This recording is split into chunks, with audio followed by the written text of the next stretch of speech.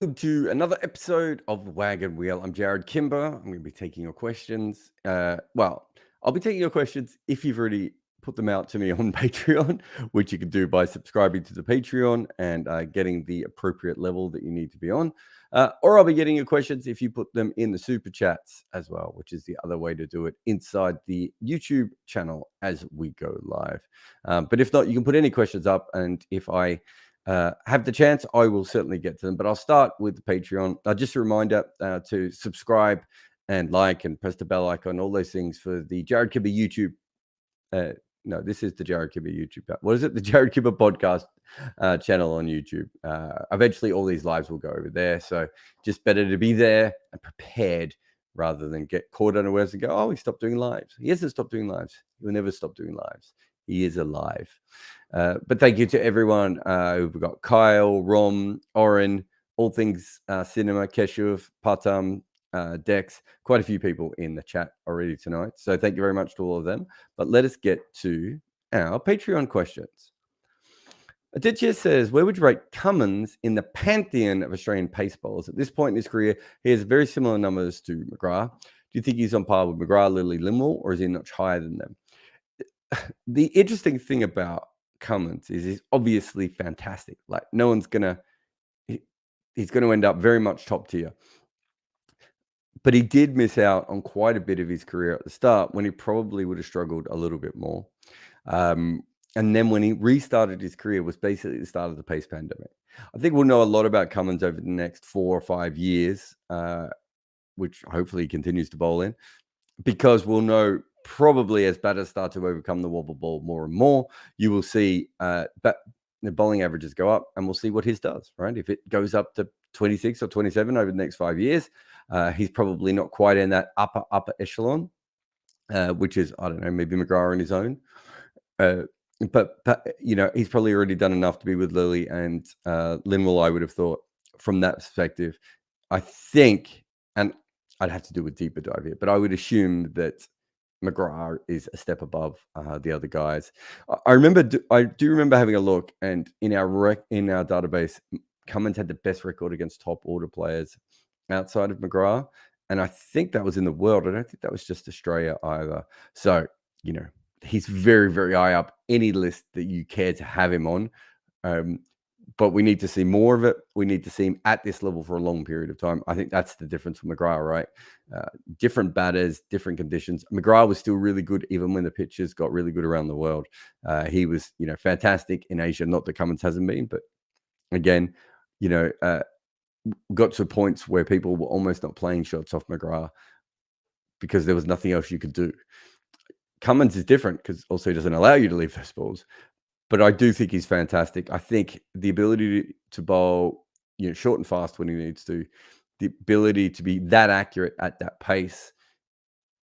The wobble ball is obviously brilliant, but he can also swing the ball in both directions when he needs to as well. Doesn't use it as much anymore, but we have seen at times him bring that back out. That's just so many different weapons that you can turn to at any one point. Incredible ball. Jake says, next women's Ashes in Australia, where do they go from here? Is an expansion to 2 or even 3 tests viable? Could they take a test to one of the bigger rounds? I don't know that women's cricket in Australia is ready to, you know, be in a huge environment. I'm trying to think of, yeah, I think it would be difficult, but there are probably places where you could play it where it would be more successful. I don't see any reason why there can't be multiple tests other than cost. And I think the way that women's cricket is now making money, I think that's probably not, especially in Australia and England and probably India, I don't think that really holds weight anymore. Like a perfect example of this is the majority of the first class games in the world, well, certainly in Australia and England, are filmed, right? And have proper production crews and everything else. And they are not going to make any money off the gate. The English ones will make a little bit, but certainly not a lot. Women's test matches would make more than most county games would, you know, would just make more than most county games would, not to mention merchandise, everything else that goes around with it. So how do you say that you can do a 4-day first class game, but you can't do a women's test match? No, the mathematics don't work there. But I don't know. I think we did this maybe with me and Bayram the other day. It's not like it feels like that we're moving towards more women's tests. If anything, it's kind of still a surprise that they exist at this point. Sandip says, "Is there any current or past bowler whose run up is as fast as Mark Wood's, or is his running speed the main reason for how fast he bowls?" No, it's not the main reason for how fast he bowls. You could, Usain Bolt is the quickest bowler in the world, right? So I think Mark Wood certainly has a very fast run up. Jeff Thompson didn't have a particularly fast run up. I wouldn't say that Sean Tate did. I think Brett Lees was a little bit faster. Shoaib's was obviously very fast. Unrick Norkies is fast. I'm not sure his express run up. So no, I don't think it's necessarily that, but there are lots of different things that matter. If you look at Jeff Thompson or Sean Tate, there's almost more like a javelin thrower, the way that those two guys come in. More of that sort of side-on slingy such style. You put Malinga in that as well, although he was slinging in a slightly different way. But again, running in maybe didn't help those guys as much. Is there any current or past bowler whose run up is as fast as Mark Woods? That's a really good question, actually. I would have thought Shoaib's was up there. I'm trying to think of someone else. I'm trying to think of how quick Wazim Akram's was. I'm not sure his was that quick, but he seemed to take maybe because he took short steps. Yeah, I'm not getting anyone else off the top of my head that's coming in. But no, you need fast twitch muscle fiber. It's about obviously locking your front leg. It's about your elasticity. There's many different things to go into fast bowling. Certainly not just a run up. Otherwise, everyone would just run up as quick as they could and bowl really fast, and that doesn't usually work for people. Christopher says, "Why has Chris Woakes never been able to replicate anywhere near the same level of form away from home?" He had a tour of South Africa early on where I reckon Johnny Bairstow dropped a bunch of catches off him. From there, he seemed to lose his confidence overseas. I don't think Woakes is alone in being an English seamer who struggles when he goes away from England. I think it's a fairly common trope if you go all the way through the history of cricket. Why he does it specifically, I'm not sure, because he is a little bit faster than some of those other guys. He obviously gives them batting as well. I feel like I've done a piece on this, but I'm not sure there is a perfect answer to why that is. I remember, might have been myself or Crickfist, someone looked it up, and I think we thought he bowled slightly more defensive when he was away from home than he did at home. And whether that was because when he first went away from home, he struggled, whether it's just because the ball doesn't swing as much, so he naturally brings it back a little bit, and that probably takes away from his effectiveness. I don't know.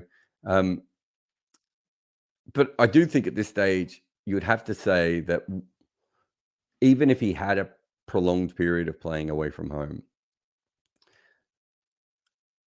I struggle to see how he would average under 30 away from home over like a 2 or 3 year period at this point. That doesn't mean that his numbers are fair, because I just don't think you can be as talented as him and have those numbers and for them to be completely fair. But that doesn't mean that he's ever going to earn them back. So let's say he averaged 28 away from home over the next couple of years. He's probably still averaging like high 30s overall, and there's still a chance he'll get dropped at the first sign of weakness. So I'm not sure I have anything directly. Obviously, he is a very English conditions bowler.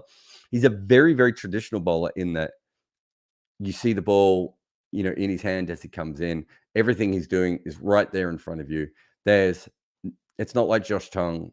He's not tall like Ollie, or doesn't have the massively high release like Ollie Robinson. He's fast, but he's not super fast. But it's weird because there are some things about him that I think should transfer better overseas than, say, Stuart Broad has. Although Stuart Broad does have the height. But for Woakes, just nothing ever seems to translate. It's a really interesting one. I do feel like I've written about this before, Christopher, but I'm not sure there's an answer, if we're being honest. Roger says, over the last few years, we know bowlers and keepers are being picked on their better batting ability than competitors. Best over Folks, Thakur, Jadeja, and Woakes to some extent. With the impact we have seen of losing main spinners, Leach and Lyon, how long before aspiring top order test batters will start working more on their spin and add skills and another string to their bow to be selected? Well, look, players have always been picked because of all-round skill, right? There's nothing new about that. We actually had more all-rounders in the early days of Test cricket than we probably have now, partly because I think as cricket gets more professional, it's harder to be very good in both unless you're, Jadeja or Stokes or Holder, freak athlete. I think it's a very, very unlikely thing for, you to be that kind of player. Having said all that, that is part of the reason why your idea of just having batters working on their bowling doesn't particularly work. If you're like Joe Root and you have a little bit of bowling talent, or you have a unique way of bowling. So in Joe Root's case, it's bowling very, very fast off spin, right?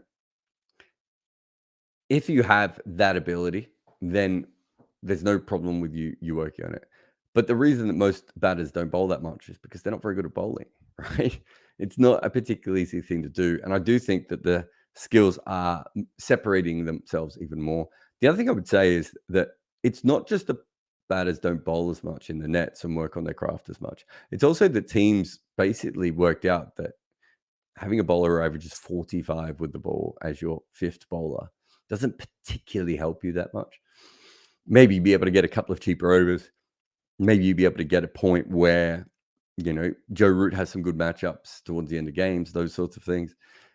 But I'm not sure outside of resting your bowlers what that does. And now that bowlers are a lot fitter and we look after them a lot better, most teams would prefer to use their frontliners.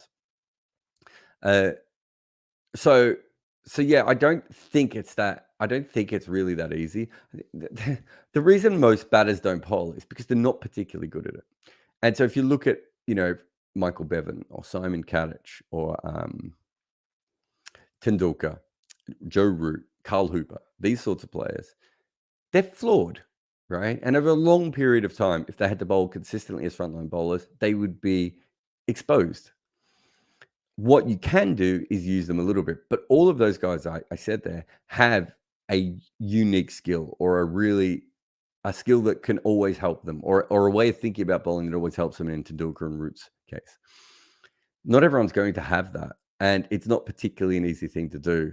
Most batters could work on sort of rolling out some off spin if you needed it to be, but there's a lot of work that would be needed for them to actually be much better at the craft, so that they could do it consistently enough that it would make a massive difference at selection. And I think that's essentially what the problem is there. Niran says Kawaja, Warner, Karunaratne, Sharma, Elgar are all 35 years or older. Once they retire, how difficult will it be for teams to find good opening batters in this era? Also, how funny would it be that New Zealand have the best openers in the world, Nathan and Conway? It's pretty funny. Yeah. Yeah, for those who don't know, New Zealand has this haunted history of opening batters. They've really, really struggled over the entire life of their cricket. And it is quite funny that they've got, and even backups like, they probably use Mitchell, but obviously Will Young is another guy. They suddenly have all these openers when no one else does. I mean, Sri Lanka is not particularly well known for opening batters, so Karunaratne is going to be hard to replace. Elgar, I mean, they're going through a batting crisis in South Africa at the moment. Doesn't if you took Bavuma out of that side, I don't know how they would replace him at the moment, and tons of people don't even think he should be in the team. Sharma in India, Sharma's been fantastic, but he's hardly played any games. Really a small sample size there. And there are other Indian talented players coming through. Warner and Khawaja, the problem with them is that they're both around the same age. I would hope that from an Australian point of view that Khawaja wants to play for a good couple more years just because he hasn't cashed in as much as everyone else, but maybe he doesn't. Maybe he's like, I had my peak, it was really good, and I'm going to struggle from here on in. Warner obviously is retiring. So, yeah, there's quite a few players there, but, I think that's a big problem for Australia, Sri Lanka, and South Africa. Not as worried about India. But the truth is, we haven't had a lot of good openers for a long time. We had this sort of Brathwaite Sibley era, right? Where that job was sort of given to anyone. But obviously Pakistan, now have some players up at the top. Bangladesh is more interesting, of course. But yeah, I think that those sorts of players are moving on. And it's, it's Elgar hasn't made any runs for a while. Warner's been in a bit of a funk. So it's not like every player that you've listed there is also informed, Niran. Niran also says, we'll be watching the Pakistan-Sri Lanka test series. Your predictions, any players you think will do well and be tested. Look, I haven't even looked at the, what is it? The West Indies-India, which is tomorrow. Is that right? West Indies-India? Yeah. That's how bad I am. So no, I haven't. There certainly won't be any predictions. Let me have a look. So I can tell you straight away from the date, 16th to the 20th. So that is going to clash with India, West Indies, which is in a better time zone for me. So West Indies generally wins my time zone more. And then 24 to 28, I'm assuming that's clashing with the Ashes and the next India-West Indies day. So I wouldn't think I'd see a lot of Sri Lanka, Pakistan. But if it's interesting, I'll get sucked into it because I get sucked into everything. Philip says, more left-arm paces, usually... more male left-arm paces, usually able to bowl in-swing, but less able to do outswing to a right-hand batter. Is it the same for the women's game? We have so few, Philip, left-arm paces in the women's game that it's hard to tell. I would say that based on what I've seen so far, I've certainly seen some left-arm paces in the women's game who swing the ball back in. I can't think of too many off the top of my head who consistently move the ball away. In the air, anyway. Certainly nothing. I'm scanning my notes, but I can't think of anything in my notes that would suggest that, Philip. So we'd have to see a lot more, but there just isn't a lot of left-arm pace in the women's game. There aren't a lot of left-handed batters either. Left-arm finger spin's kind of the only thing that we've seen a lot from in the women's game so far. So we're a long way away from being able to answer that. But I think it's a very, very interesting question because we know that I think we know that the natural way of swinging the ball is for a right-arm bowler away from a right-hander, from a left-arm bowler into a right-hander. We don't feel as confident with that with women as we do with men. And so if we do have a lot of women left-arm seamers, will we get some that will swing them away? I still think that's a really good skill. Jack Chantry did it, obviously, and had a good first-class career before becoming an umpire. He did it at a very, very slow pace. Sorry, Jack, if you're listening, but an extremely slow pace. It would be interesting to see someone who could do it consistently at a faster pace. And also because it would be something different for left-handers to face. So I do think that would be interesting if some of the women could do that. Will says, do you think England would have won at Lords if Wokes plays in place of Anderson? His batting is overrated by many in England, but he's a lot better than Jimmy, and they didn't have many to chase down. If you're just looking for production, then he probably makes enough runs to make it handy in that particular game. But when you're taking Jimmy Anderson out, even though you're not taking a lot of wickets, the sort of the butterfly effect of that is kind of impossible to answer, right? It's one of the reasons why selection conversations are frustrating, is probably the wrong word, but ultimately the game would have played differently had Wokes been there.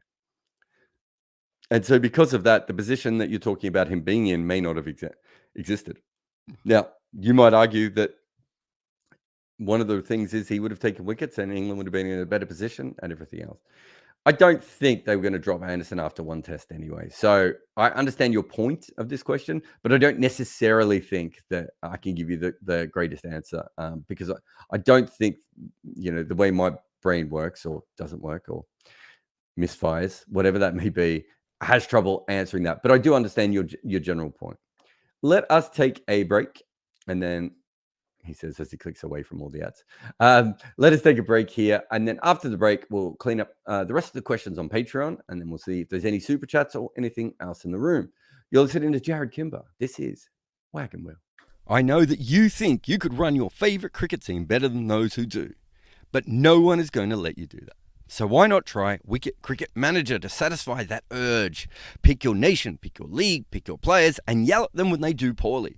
You can find it in the links below or by searching for Wicket Cricket Manager in your app store today.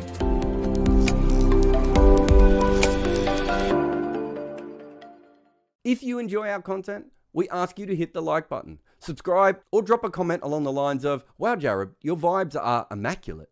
Additionally, sharing our work on social media, supporting us in super chats, and helping us out on Patreon or Buy Me a Coffee all mean the world to us. Like our stuff? Please support us by whacking that subscribe button like it's a short ball. Or you could just leave a comment expressing your admiration, such as, "Wow, Jarrod, you're the Aubrey Faulkner of YouTubers." Also, please help us spread the word by sharing our work across social media, back us on Patreon, or also support us with live super chats. All right, welcome back. Oh, we still got Will's question. Wait, did I click on the right one? We'll never know.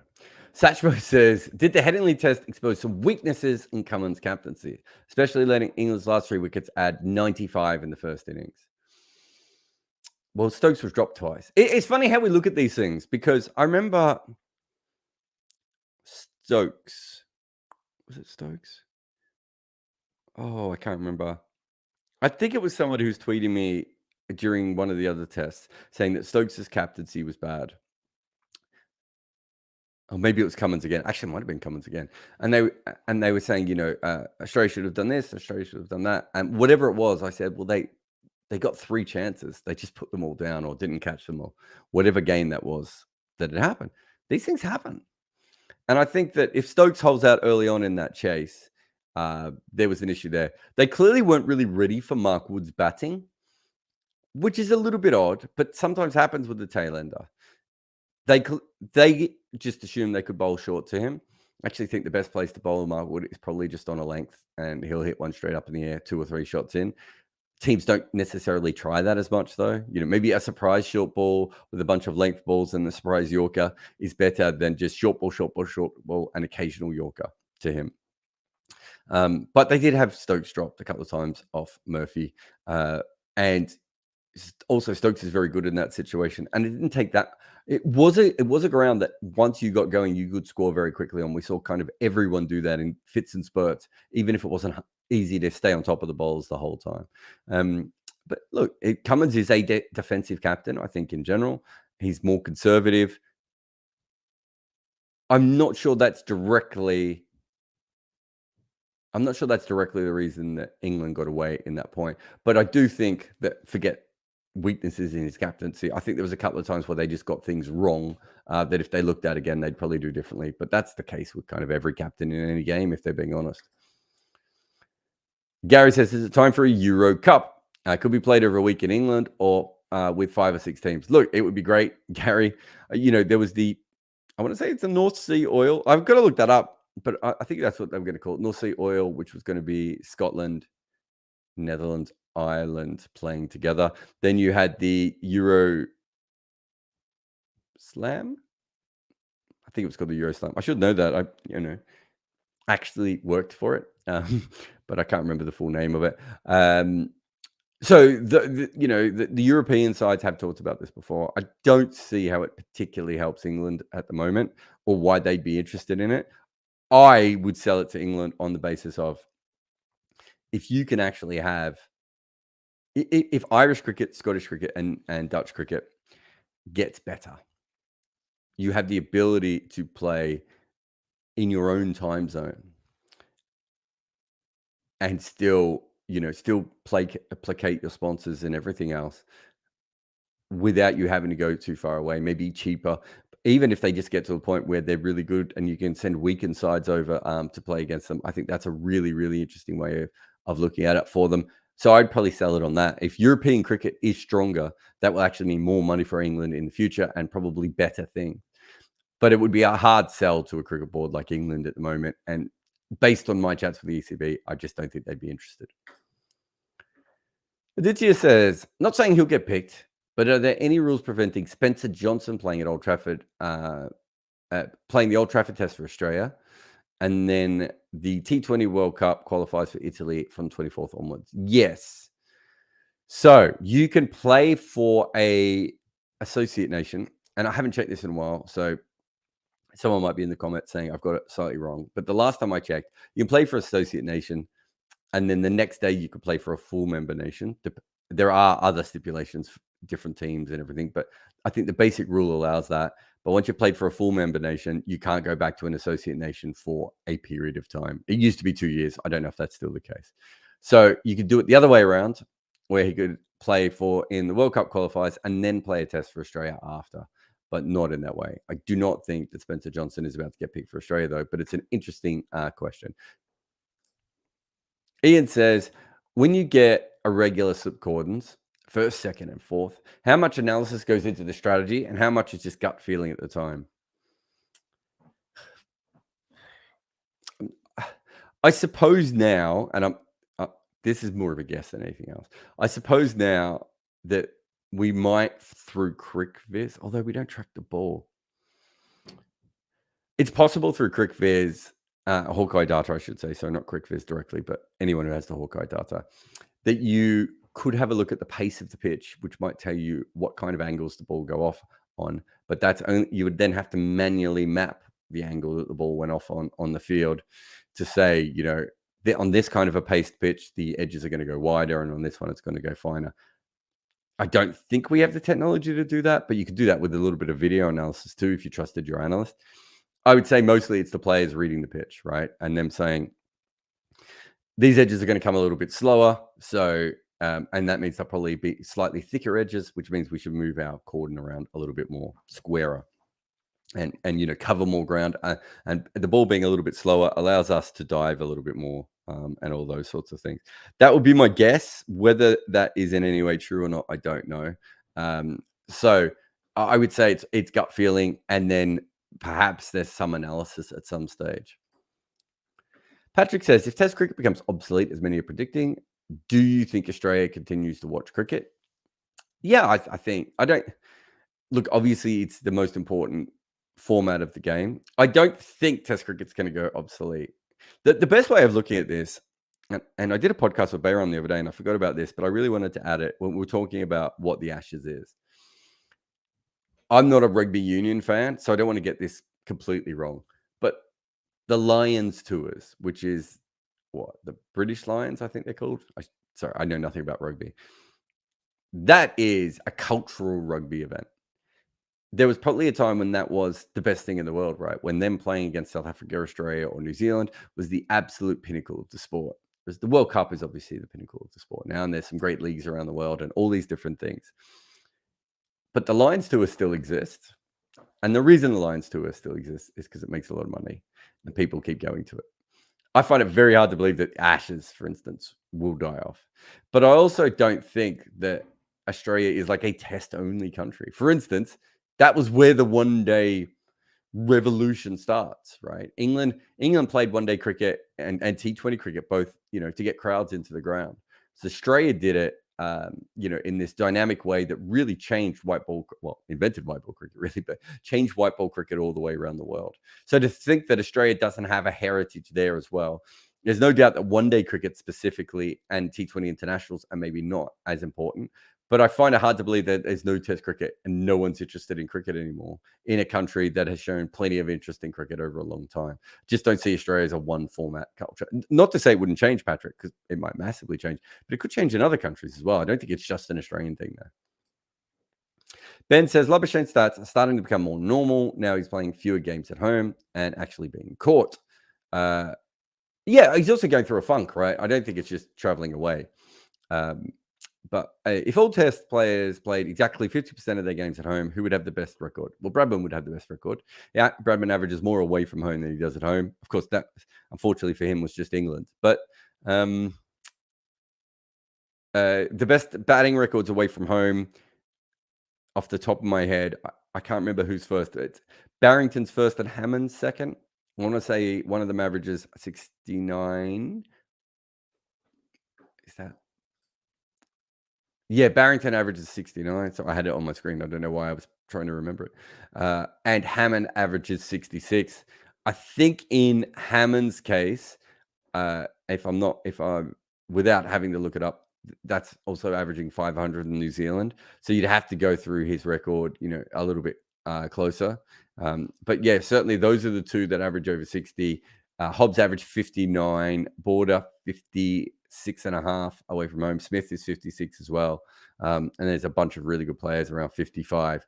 So yeah, I suppose Barrington, Hobbs, Smith, when you factor in their averages altogether, and if you want to put Hammond in there as well, that's also more than fine. Will says, what do you make of the New York Times and LA Times moving away from having traditional sports desk pages? As a Brit, it's just unfathomable to me that a newspaper wouldn't have a fully integrated sports desk that took up a significant part of the newspaper.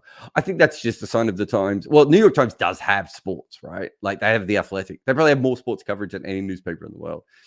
But I think what is happening is I don't think newspapers cover cricket particularly well. I would assume, I don't even have to assume, they also don't cover other sports very well. And the reason is the majority of sports coverage that is done by a newspaper is generalist. It's for casual fans, and hardcore sports fans usually don't get enough. That's why people like me exist, right? I think America is a very good example of that as a sport reading culture. So, for instance, I follow the Denver Nuggets. They have Mike Singer, who writes for the Denver Post, very good newsbreaker, writes a few stories, absolutely great. But if I really want to know what's happening on the court, if I really want breakdowns of the sport, I have to go to the specialists who write for um, a more specific basketball audience. That's what American sports has done over a long period of time. I actually think, in some ways, the newspaper stuff of cricket has held it back. I think we've been lucky enough that because we have a national sport traditionally anyway, then what you have then is at least one or two cricket writers who have the ability to specialize in your team. Probably meant that newspaper coverage of sports was a little bit different. However, as the IPL comes in, like which newspaper is covering the IPL correctly, right? And if you're in Kolkata, do you want stories on all the other teams? And so that's why the newspaper model doesn't particularly work for actual fans of the sport, which is why New York Times probably bought The Athletic, right? And I think it's why those sorts of things are becoming bigger and bigger. Locked On Network, uh, SB Nation, those sorts of things that are specifically fan-led, not fan-led, specifically content for mega fans of a team, makes a lot more sense to me than a newspaper writer covering it and trying to explain, what a trade exception is, whereas most hardcore NBA fans will know what that is. So, you're talking to the person who came up with 99.94, and the reason I did was I don't think most cricket teams are covered correctly in the world, and that was where that sort of idea came from, which I already see cricket going in that direction as well. So I do understand that newspapers. I mean, I read some articles in newspapers, and obviously the news breaking is great. There are some writers I really like, and there are some writers who write really interesting things. But by and large, the reason I became a cricket writer is because I didn't like newspaper cricket writing. So I can certainly understand why a generation beneath me are also looking at it a similar way. Will says, cricket is unusual and not having much to do with sports betting in England. Is that a self-denying ordinance from Sky ECB, or are there international rules in place to stop them? I get that shirt stand sponsors might affect Indian rights, but surely that wouldn't stop them from running adverts during breaks or the Sky sponsorship being a betting firm. Yeah, I'm really interested in that. So TalkSport do coverage on cricket, obviously, but they don't do England games. And TalkSport occasionally have betting sponsors. They usually have a betting partner, maybe more than a betting sponsor. But before games, quite often there'll be a 2 or 3 minute thing there. So I don't think there's anything. Well, I know there's nothing legal against it. I have a betting sponsor for the Ashes as well on my Twitter account. So it's tricky, obviously, all these things. I do think there's certainly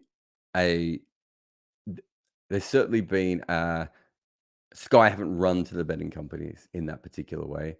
I mean, the ECB working with betting companies. I don't know how many people know this, but most cricket boards work with betting companies, legal betting companies all the time.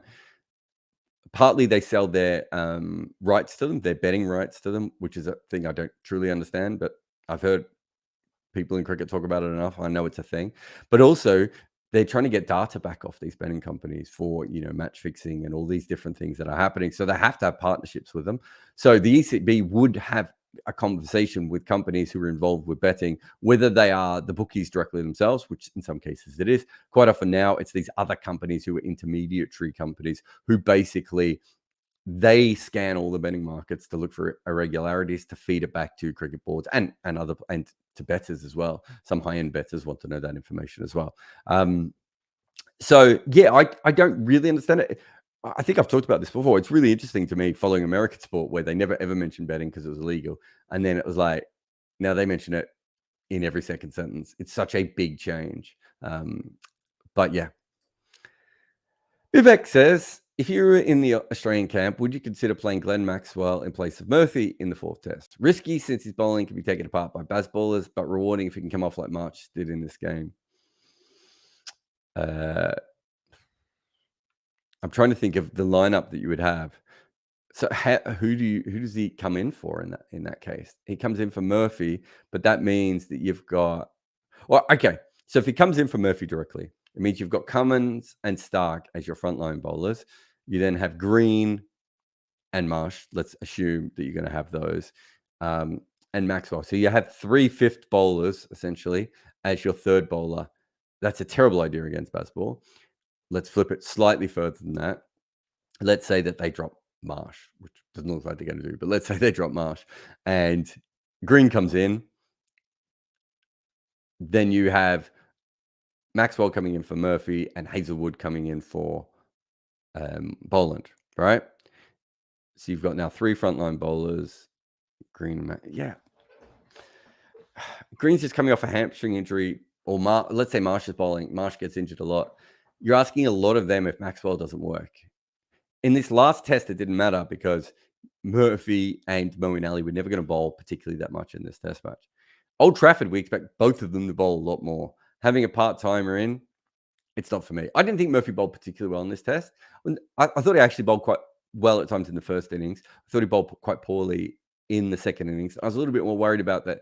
The situation got to him a little bit. But I'm not particularly worried about that, because the conditions didn't favour him or Moeen Ali at times. Moeen Ali got a couple of wickets that were, very, very lucky. It wasn't a pitch particularly set up for spin or anything like that. But I can't see how Maxwell helps, really. I mean, okay, you've got another batting option. I love Maxi. He's a legend, and I think one of my sons has got his book upstairs. But yeah, I mean, we saw what happened at Bracewell when he played against England, and Bracewell's a much better spinner than Maxwell. I just don't think it's a smart bet to be able to do that. Anyway, let us have another break, and then after this break, we will get to the rest of the questions in the where am I going? We'll get to the rest of the questions in the chat, and you're listening to Wagon Wheel with Jarrod Kimber.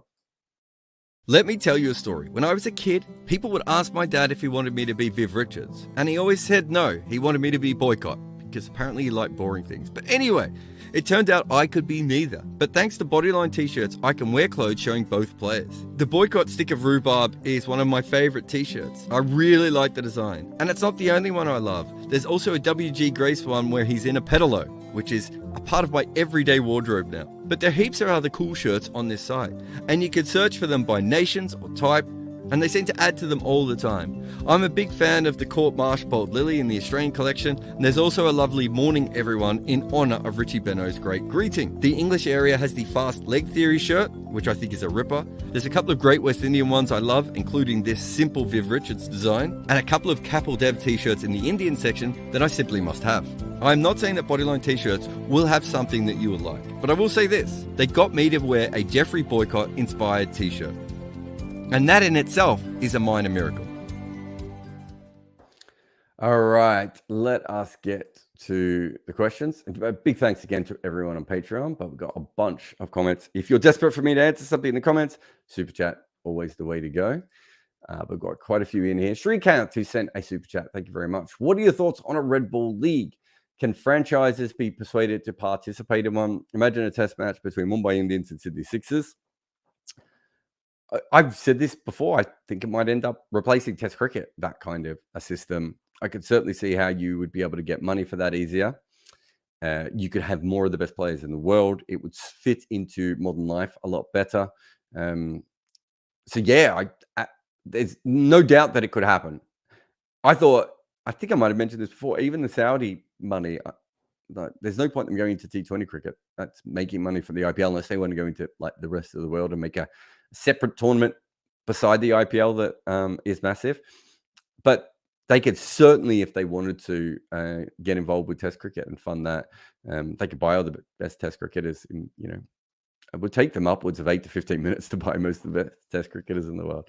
So there's certainly that is on offer.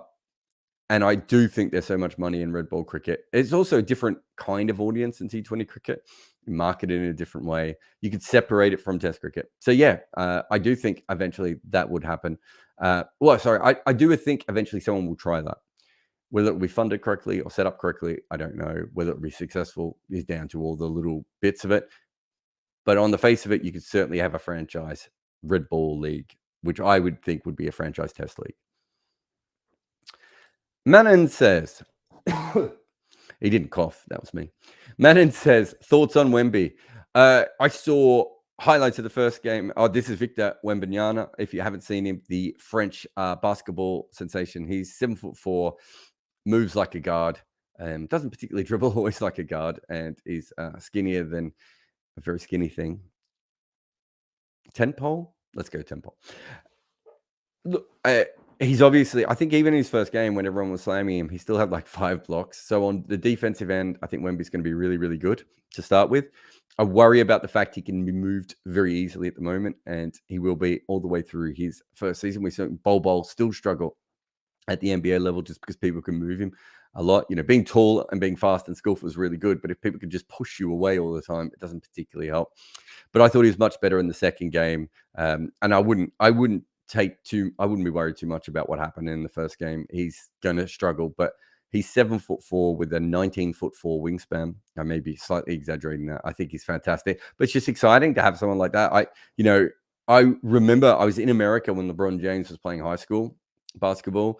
I just remember the excitement over there. Wemby had a similar kind of excitement. Kareem Abdul-Jabbar is probably the other one that makes sense. When you have talent like this coming through, even if it doesn't work, it's captivating watching it and following it and everything else. It's one thing I think the American sports can be really good at is the hype of the players as they come through, but also the excitement of the next big thing. Even when we have a really good younger player in cricket, sometimes they've got to prove himself. They got to prove himself. So, this player is really good at the age of 20 or 21. Can we not enjoy that? No, they've got to prove themselves more. So I do like that about American sports, that at 15 and 16, you can follow a player for quite a long time. Of course, the other side of that is that probably many people's lives are ruined because they were never supposed to be in that position. Kyle says, what are Root and Williamson doing to play with soft hands? And can lesser players mimic it? And that's exactly like it's a natural ability, like bowling a heavy ball, which we know relates to spin rate. So I think getting the timing right and the way that you do soft hands correctly there's a natural ability part of that, but bringing it all together is not a particularly easy skill to do. Essentially what they're doing is as the ball is about to make contact, if they're not 100% sure that there is a avenue for them to be able to score runs, they can loosen the grip on the bat. I've never been able to do it. So I'm not very good at cricket, but I can do most things in cricket, from wicket keeping to taking the new ball, fielding in every position, bowling off spin, bowling leg spin, all these different things. There's a couple of things I can't do in cricket. One of them is probably use soft hands, and another one is bowl and swing. And I've tried both, and it doesn't. So I don't think it's as easy a thing to learn. It's also when you are doing it, there are other things that come from it. But the best, it's not just Williamson and Root that do it. Dean Elgar does it a lot. Most of your better opening batters who come from New Zealand, England, maybe South Africa, sort of do it naturally. It doesn't come.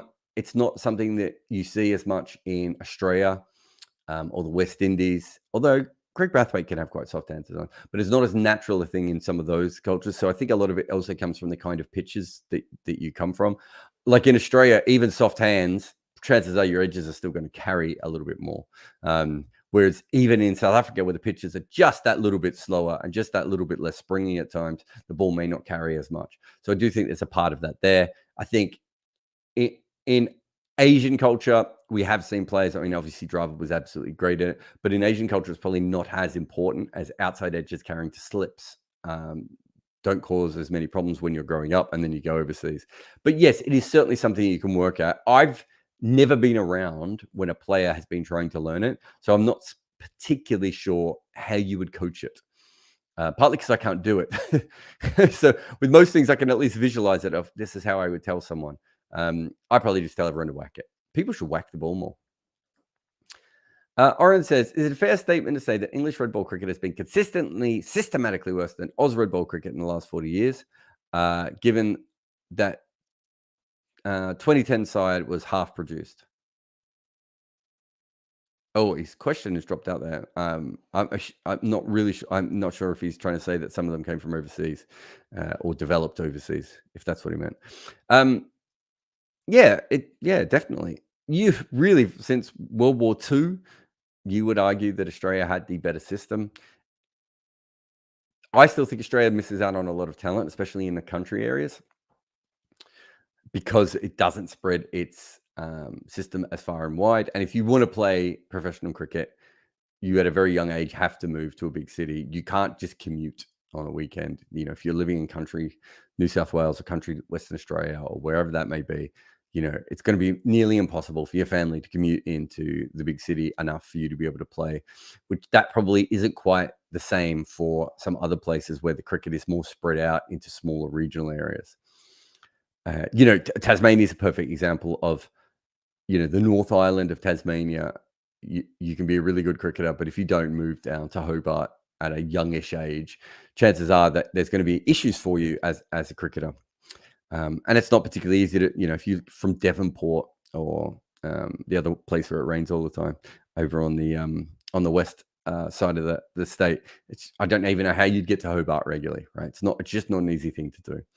So I think Australia has that problem, whereas in England, you have the minor county system kind of everywhere, and you have pathways and you know, leagues all around the country. So I think that's probably the one advantage England cricket has.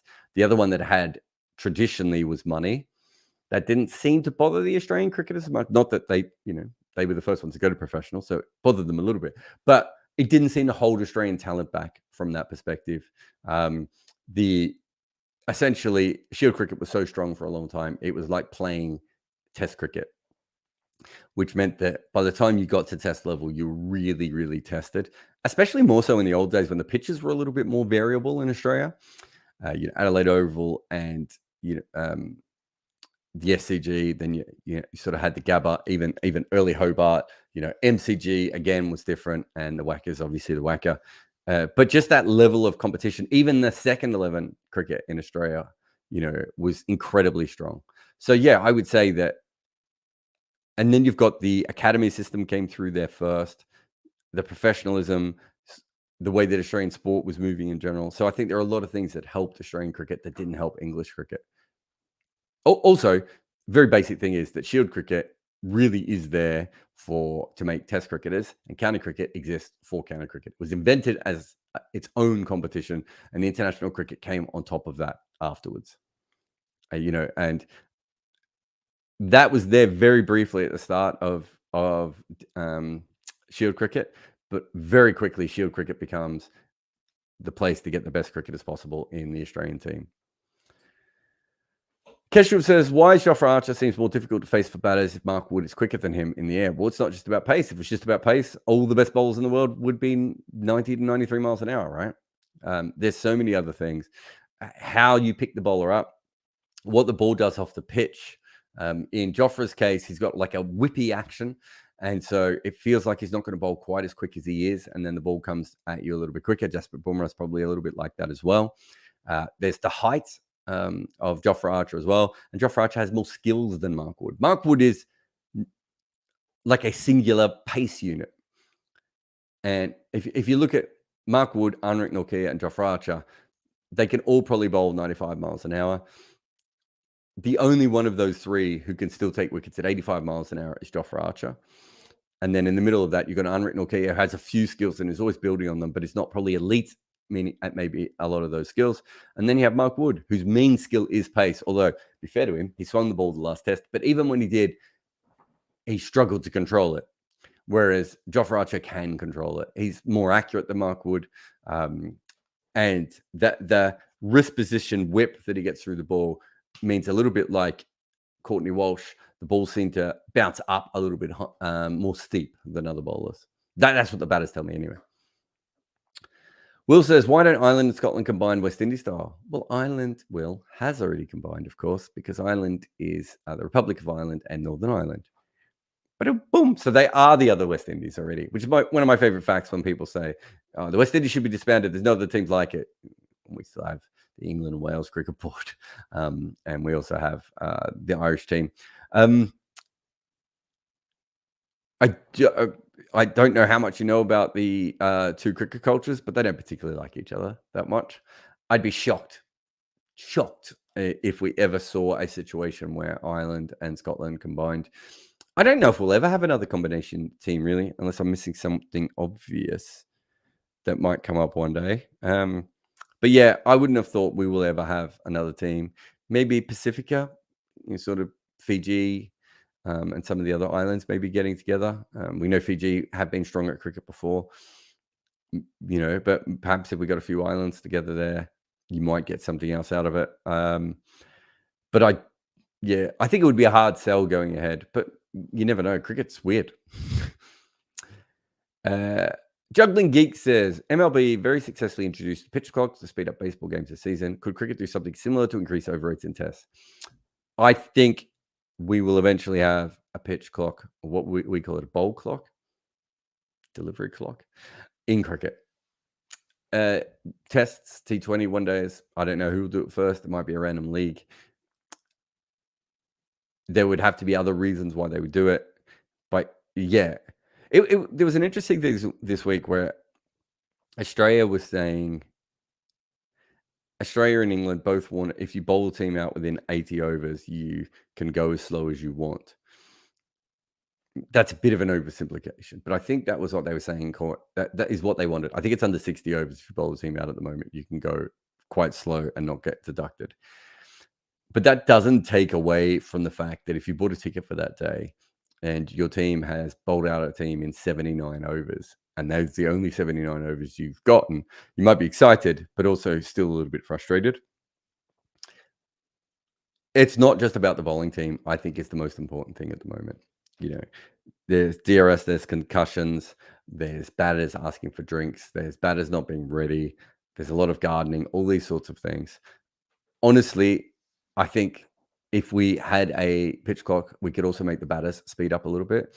And then you could also have a minute break between, or whatever it may be, 45 seconds or a minute break between the overs, which also should be timed.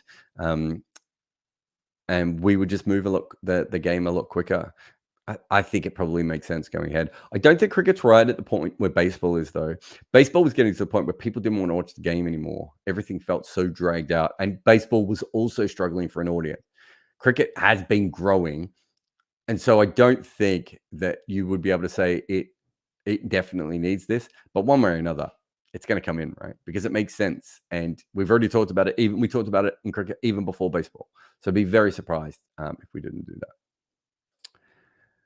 Satya says, in your video on Badri, I noticed Mujib very close to him on all charts. He also bowls power play overs and uses finger spin tricks. Your opinion of him? Look, Mujib's always been a very, very good bowler. I would say, I don't know if you're comparing him to Badri. He's very different to Badri. He's more like Tikshana, but I don't think he's as consistent with his line and length as Tikshana.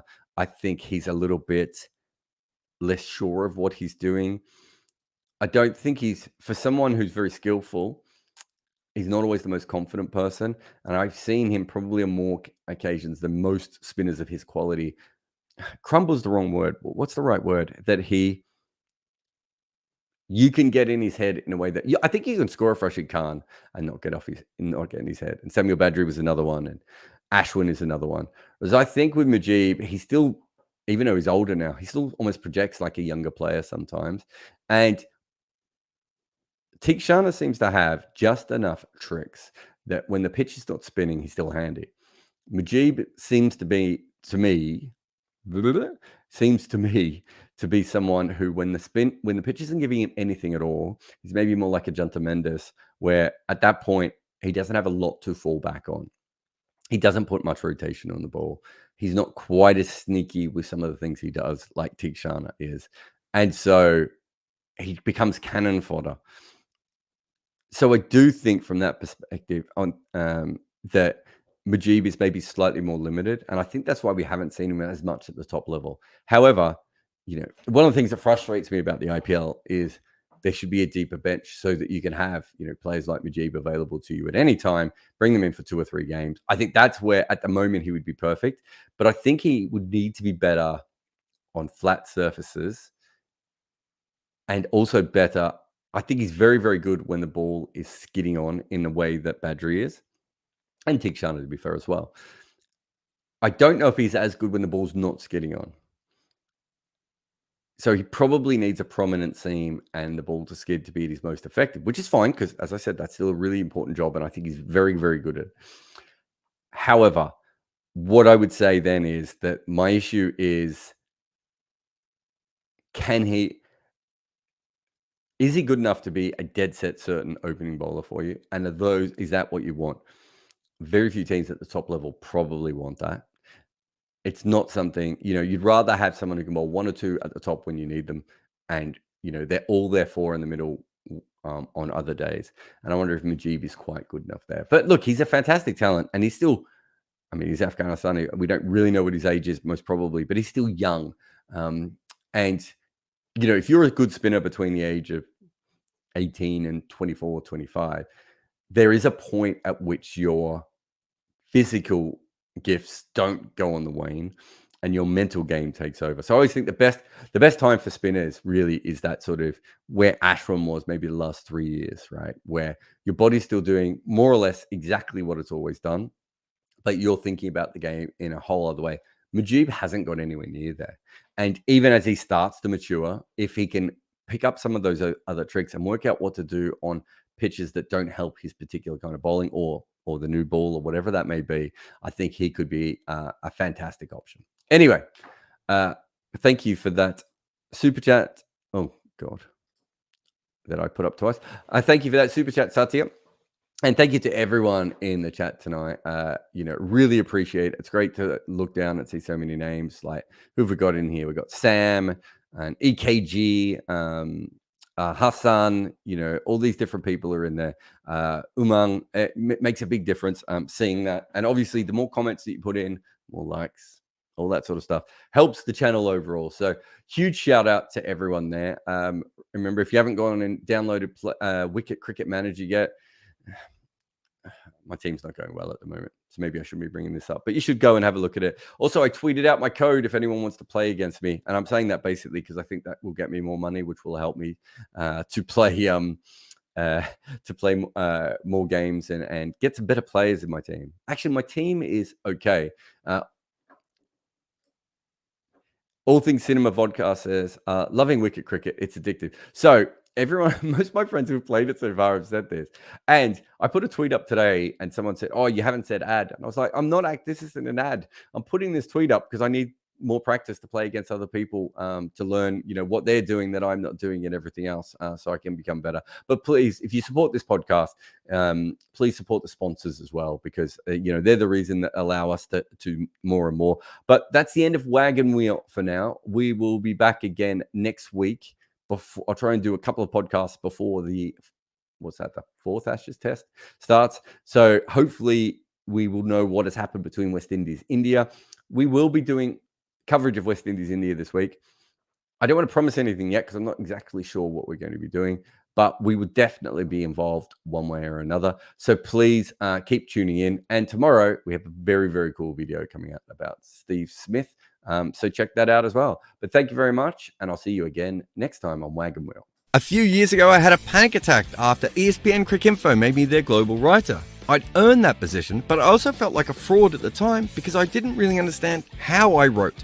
I understand that there was a process and gears and different styles and things, but how it all came together felt a little bit random. And so I began to panic like a golfer with a natural swing, worried one day I'd just end up with the yips. And would my career be over? So I took my writing apart piece by piece until I understood it. And then I figured out I could teach others all the mistakes I had learned. So I started an online course where I tried to make it as cheap as possible so people like me would be able to afford it. It's called Fans with Laptops, and heaps of people from around the world have used it so far, from first-time writers all the way through to professionals trying to improve. I started with a simple plan to make each writer the best they could be. And from the feedback I've received over the years, it seems like the course does that. But after COVID, my career changed. I came to YouTube, started podcasts, wrote emails, and formed a new career on my own going forward. So I now had something else to offer, the multimedia side of things, social media and everything else. Not to mention that I was building everything up as an independent. And so I added all of that to my course. So if you have ever wanted to work in sports as a writer or podcaster, making videos or anything else, Fans with Laptops is the place to start. If you think you qualify as a fan and you have a laptop and you want to work in sport, click on the... There is something wrong in the cricket world, and while it may not be a